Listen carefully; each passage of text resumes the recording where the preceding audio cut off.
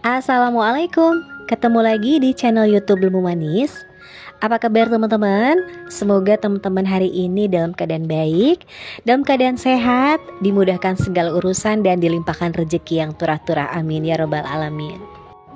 Terima kasih untuk teman-teman yang sudah klik channel ini, dan untuk teman-teman yang baru tahu, baru kenal, baru menemukan channelnya Lemu Manis, saya ucapkan selamat datang dan salam kenal ya teman-teman. Hari ini hari libur nasional ya teman-teman, atau cuti bersama tanggal 28 September 2023, memperingati Maulid Nabi Muhammad SAW. Jadi hari libur ini anak-anak dan suami ada di rumah ya teman-teman. Hari ini saya mau bikin makan siang yang rada spesial. Saya mau bikin chicken katsu ala-ala saya lah ya. Tapi ya meskipun ini ala-ala rumahan chicken katsunya, tapi insya Allah rasanya itu nggak kalah dengan yang punya si resto terkenal itu ya teman-teman. Sebelum saya nge-slice tipis-tipis daging ayamnya, saya mau buang dulu kulitnya dan bagian si tulang-tulangnya yang masih tersisa. Karena ini kan diambil dari ayam utuh yang dibelah dua, diambil bagian dadanya saja gitu ya teman-teman. Memang kalau lebih bagus sih menggunakan chicken boneless ya teman-teman, atau boneless skinless breast. Jadi dia itu daging ayam bagian dada yang tanpa kulit dan tulang teman-teman.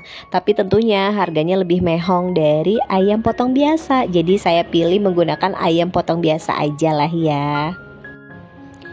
Tapi walaupun harganya berbeza, lebih murah, cuman eksesnya atau sisa dari si tulang dan kulitnya juga lumayan teman-teman gitu. Jadi setengah kilo atau 1 kilo itu nggak bersih daging semua gitu. Kalau boneless kan dia full daging ya gitu, nggak ada tulang, nggak ada kulit. Jadi lebih, kita tuh nggak terlalu rugi gitu ya.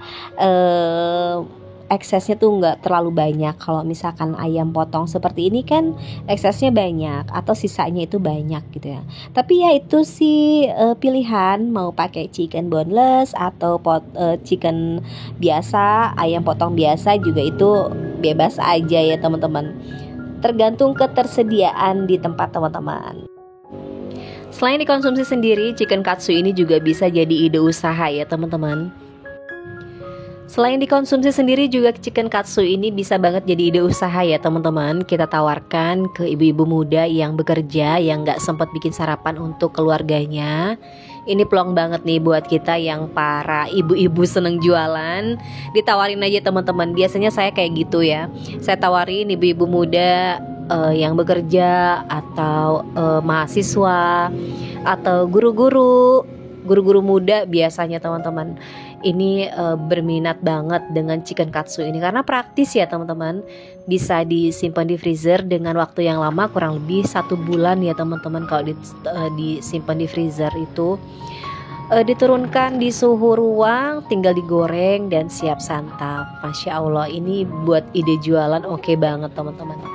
Dan ini pada saat saya mau potong-potong ada bala bantuan dari suami, katanya mau bantuin karena ngeri lihat saya cara motongnya.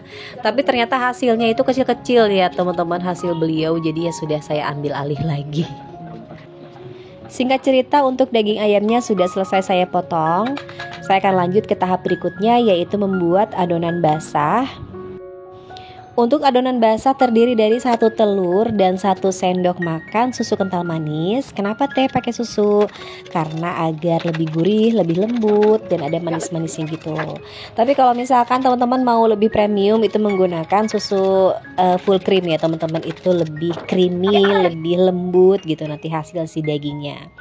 Dan setelah itu saya akan membuat bahan keringnya, terdiri dari kurang lebih 7 sendok makan tepung terigu ya teman-teman.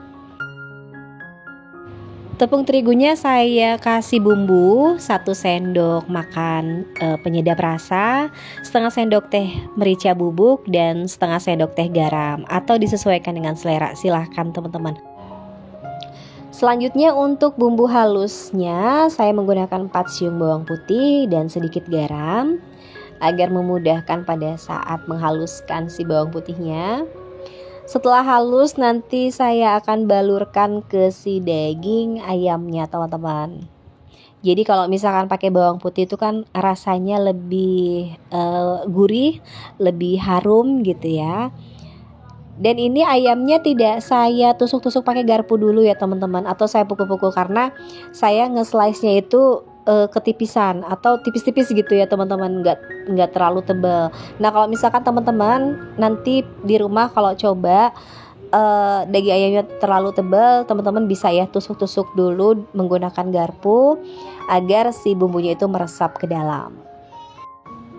Untuk daging ayam filetnya juga saya kasih seasoning ya teman-teman. Saya menggunakan 1 sendok makan penyedap rasa, setengah sendok teh merica bubuk, dan 1 sendok teh garam gitu. Atau silahkan disesuaikan dengan selera teman-teman ya.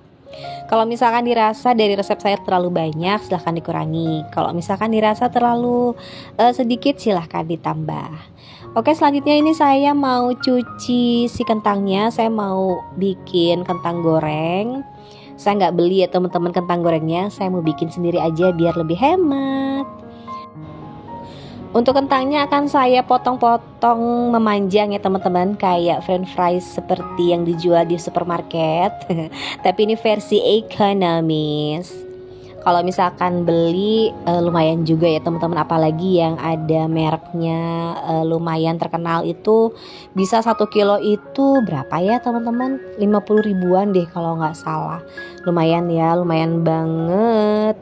Kalau misalkan bikin sendiri kan hemat budget. Ini cuman sekilo itu 20 ribu kalau nggak salah teman-teman.